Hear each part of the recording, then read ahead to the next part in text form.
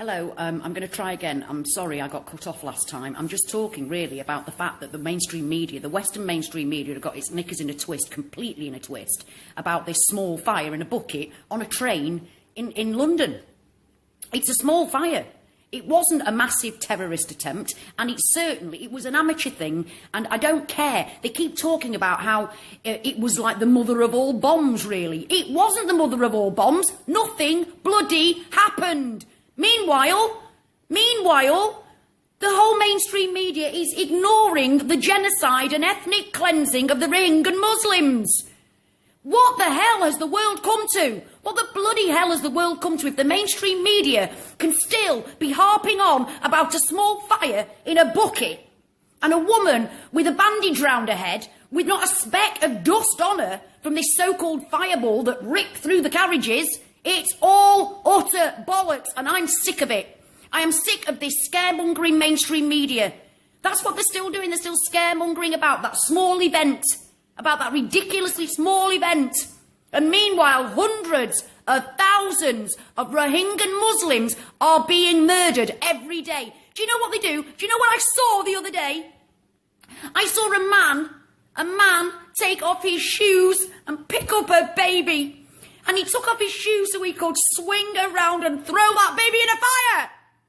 And throw that baby in a fire. Now that's real. That's real. So why the bloody hell? Why the bloody hell are the mainstream media ignoring that? How can they ignore that and concentrate on a poxy little fire that wasn't even a fire? It looked like a match had lit. I can't bear to see the suffering, and I can't bear to see this one-sided bullshit.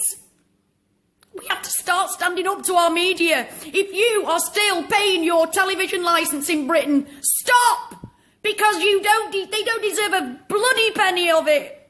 While they can ignore babies being trodden on and burned. While they can do that and concentrate on scaremongering and fearmongering about ISIS and Islamic terrorism. Look what so-called Buddhists are doing to hundreds of thousands of people, but the mainstream media in the West doesn't give a shit about them because they're Muslims. They deserve to live in peace and have a land of their own. Or if they can't have a land of their own, at least be deemed as equal citizens. Equal citizens in the country that they're living in. What they're going to do? It seems to me like the UN and the West are just going to let them all die. Just going to let them all die. And there'll be no Rohingya left. And then they'll go, oh, we should have done something. Yes, you should. United Nations. Donald Trump, Theresa May, where are you? Where are you? Do something. What's the bloody point in the UN? What's the point in the UN? Yes, it's genocide. Yes, it's ethnic cleansing, but we're just going to sit here and do bugger all. If you could see the things that I've seen. If the mainstream media actually showed you what is happening there instead of their 5-minute little supposed news story. I can't bear any more of it. I can't bear to live in a world where some people are more important than other people. It doesn't matter what your religion is. It doesn't matter how wealthy you are. There is no one person any more important than another. No one. So please, if you're seeing this, speak out for the Rohingya Muslims before there's just none of them left. Share what you find on the internet. Share it, but please make sure it's the real thing. Please make sure it's really Rohingya, because I have seen a few posts that aren't Rohingya. It doesn't mean they're any less disgraceful and barbaric, but they're not. We must share the truth because the mainstream media aren't. And when I can see a man swinging a baby round and then take off his shoes so he can turn round better before throwing them in the fire. women being beheaded after they've been raped. So all of you out there going on about ISIS, the beheaders, care as much about these people being beheaded. But don't you care about them because they're only Muslims, Rohingya? Don't you care about that? So not another bloody word about head choppers from you lot until you speak up for the Rohingya Muslims. Because I know fine well that one day my children, my grandchildren are going to ask, what did you do? And I'll say, I spoke up, at least I spoke up.